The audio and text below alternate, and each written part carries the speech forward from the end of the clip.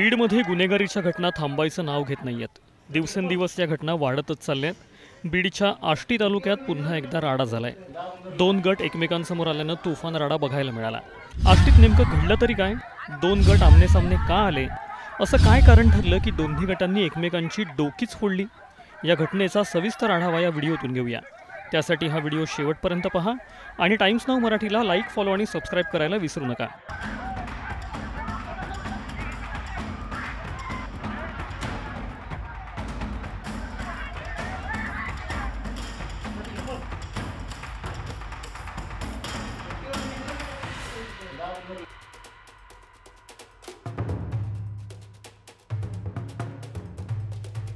बीडच्या मस्साजोगमधल्या संतोष देशमुख हत्याकांडाने संपूर्ण महाराष्ट्राला हादरवून सोडलाय।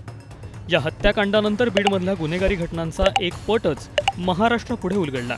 बीडमधले आकासुद्धा सध्या गजाआड आहेत, पण तरीही जिल्ह्यातली गुन्हेगारी काही थांबण्याचं नाव घेत नाहीये। हे सगळं कमी होतं की काय? आता पुन्हा एकदा बीडमध्ये दोन गट आपापसात भिडले आहेत। आष्टी गावात दोन गट आमनेसामने आल्याची घटना घडली। किरकोळ वादातून दोन्ही गट भिडल्याचं कळतंय। जवळपास 200 ते 300च्या जमावाने रस्त्यावर उतरून एकमेकांवर दगडफेक आणि हाणामारी केल्याची प्राथमिक माहिती सांगितली जाते। यावेळी काहींनी हातात काठ्या आणि शस्त्र घेऊन दहशत माजवण्याचा सुद्धा प्रयत्न केल्याचं कळतंय। या घटनेचा व्हिडिओ सोशल मीडियावरती तुफान व्हायरल झालाय।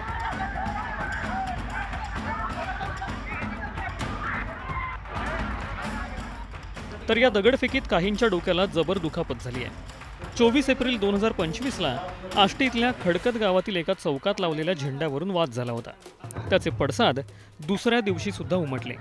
पोलिसांनी चौकातून तो झेंडा हटवल्याची माहिती मिळते। यावेळी दोन गट तिथे आले आणि त्यांच्यात तणावाची परिस्थिती निर्माण झाल्याचं बोललं जात आहे। यातून दोन्ही गटात बाचाबाची, हाणामारी झाली। त्यानंतर त्यांचं रूपांतर दगडफेकीत झाल्याचं कळतंय। पोलीस घटनास्थळी दाखल झाले, पण प्रचंड मोठ्या जमावासमोर त्यांना नियंत्रण मिळवणं कठीण जात होतं असंही सांगितलं जात आहे। या घटनेनंतर पोलिसांनी दोन्ही गटांमध्ये शांतता प्रस्थापित करण्यासाठी बैठकीचं आयोजन केलं होतं। सध्या गावात तणावपूर्ण शांतता आहे, तर पोलिसांनी 12 जणांविरोधात गुन्हा दाखल केलाय। बीड जिल्हा हा दिवसेंदिवस गुन्हेगारांचं आगार बनत चालल्याचं बोललं जात आहे। बीडमधली गुन्हेगारी रोखण्यात पोलीस अपयशी ठरतायत का? तुम्हाला काय वाटतं? कमेंट करून नक्की सांगा।